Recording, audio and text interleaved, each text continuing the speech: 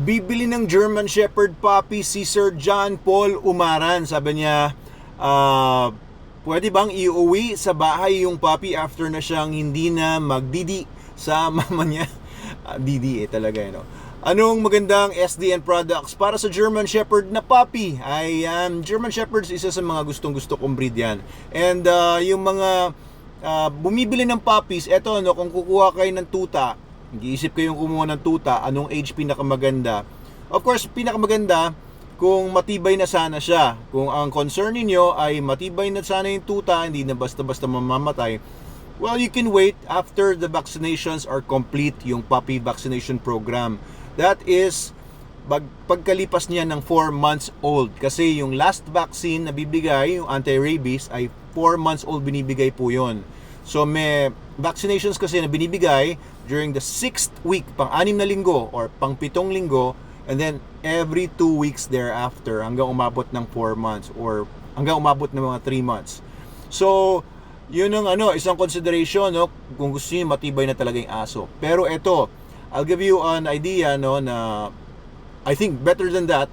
Yung puppies kasi, kailangan niya, kung gusto niyo talaga, no, if you're getting a German Shepherd for a pet, no, para pang pet niyo sa bahay, o kaya para makasama ng pamilya ninyo, ng mga anak ninyo, mga bata, or kaya kung meron kayong mga ibang paggagamitin pa ng German Shepherd or ng puppy na yan, na kailangan ng matinding bond sa inyo.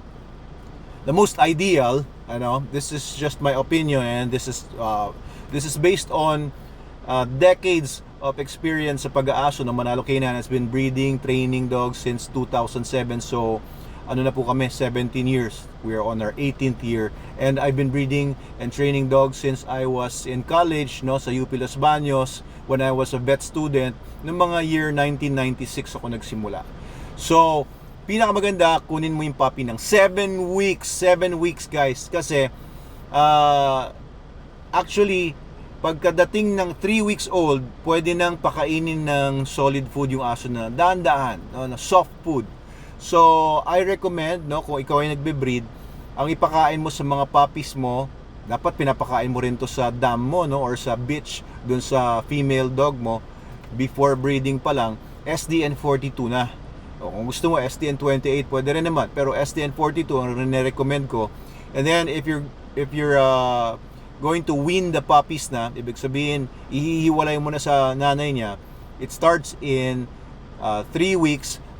Ang ginagawa namin ay pinalalambot namin yung SDN, no? Tapos lalagyan lang namin lukewarm water lang, wag hot water, para hindi mamatay yung mga mga vitamins, hindi mamatay yung probiotics. Ayan. So pagka dinurog mo, kaya yung iba bini-blender, yung iba dinudurog ng kutsara lang, yun ang ginagawa namin.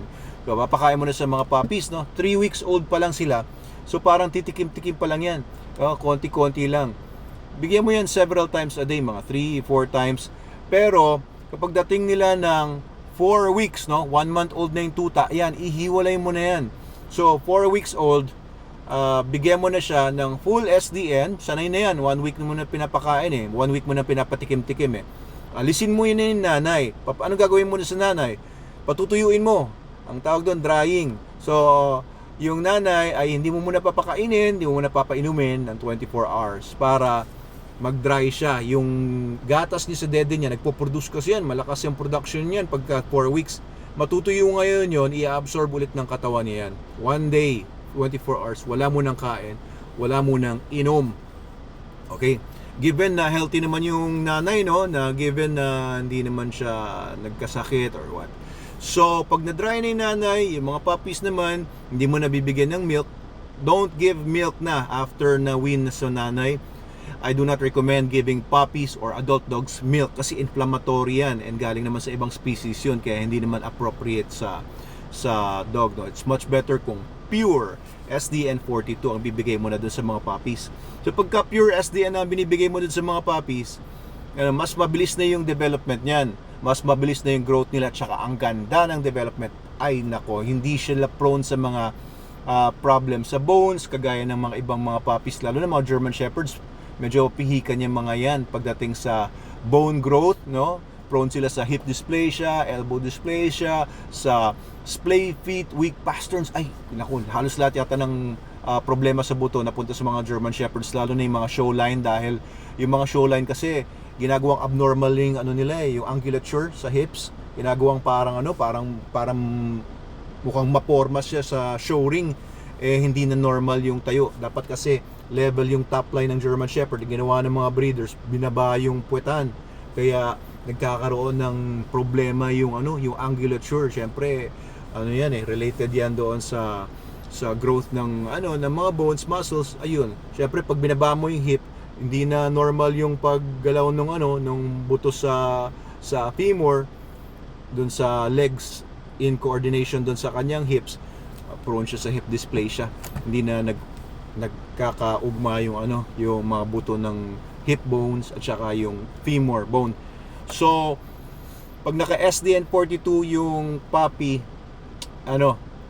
mataas yung probability na hindi niya ma-experience yung mga ganyang mga bone problems. Nasubukan na po namin yan sa mga dogs namin. We've been breeding German Shepherds for a long time already.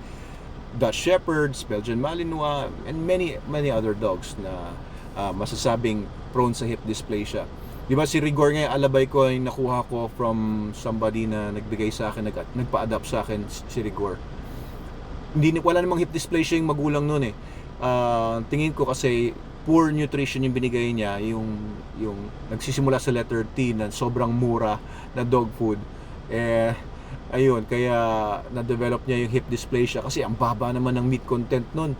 Puro darak at saka trigo yung laman ng dog food na yun. Akala mo dog food pero ang konti ng karne nun. Hindi kagaya ng SDN, puro karne po yan, puro dehydrated meats yan. And balansyado yung calcium niyan, mga vitamins nga, kaya hindi nakukulangan yung mga buto. Kung sana nag-SDN 42 si Rigor since birth, since puppyhood, I doubt magkakaroon ng ng hip dysplasia yon. Oo, sayang yung si Rigor. Anyway, ganun din nangyari dun sa aso ni Derek Ramsey, di ba? Kita niyo ba yung commercial ni Derek? Kasama ko. Yung aso niya si Tyson may hip dysplasia, tapos gumaling dahil sa SDN. Anyway, kukunin mo yung aso mo after nung first vaccine, 6 weeks. So 2 weeks na siya na kumakain ng dog food noon nung pag first vaccine. 3 weeks na siya kumakain ng SDN kapag 7 weeks. So matibay-tibay na yan, no? And meron na siyang 1 vaccine. Iuwi mo na kasi mas maganda yung imprinting. Yung concept ng imprinting is yung puppy, dahil hiwalay mo na siya sa nanay niya, hiwalay mo na siya sa mga kapatid niya, ikaw na yung titignan niya bilang pamilya niya, source of love niya, source of food niya, source of everything, lahat ng resources niya. Ikaw na yung magbibigay nun. Yung bond na i-create mo with your puppy, sobrang lakas nun. Oo, ikaw na ang mundo niya. Kumbaga, yan. That's a very good tip, guys. Pagka kukuha ka ng puppy, yan ang the best. 7 weeks old. Oo. Sabihin mo na iba, ay hindi pa pwede yan sa kasi hindi pa complete yung vaccination. Ikaw na ang magkukumpleto ng vaccination at ikaw na ang maninigurado na hindi magkakasakit yung aso.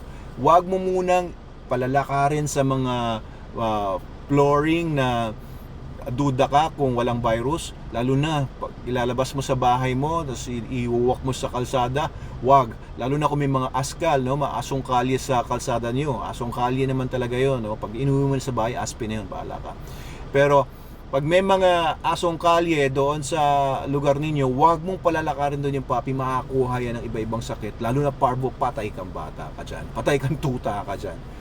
Oo, sobrang makakadurog ng puso kapag yung puppy mo na parvovirus. So get your puppy kung gusto mo talaga ng magandang imprinting, 7 weeks, tapos i-bonding mo na ng gusto hanggang umabot na siya mga 6 weeks, 1 year old na ako. Talaga makikita mo yung ugali ng German Shepherd. Matatalinong aso yan, tinitignan ka lagi niyan, lagi kanyang pinag-aaralan. Tapos lahat ng actuations mo, lahat ng galaw mo, gestures mo, kabisado niya. Ay, nako, ang ganda ng bonding nyo, ang ganda ng communication nyo, tapos ipatrain nyo pa sa Manalo Canine University. Wow! Yan ang the best, no? German Shepherds, they're the best dogs. They could be the best dogs ever, no? For many people, pero they could be the best kung pag-aaralin nyo sila ng husto at bibigyan nyo ng SDN42, the best dog food in the multiverse. Doc Abel Manalo po ito. Please follow our page. Please share this video to others para makinabang din sila. Mabuhay po kayo. See you in the next vlog.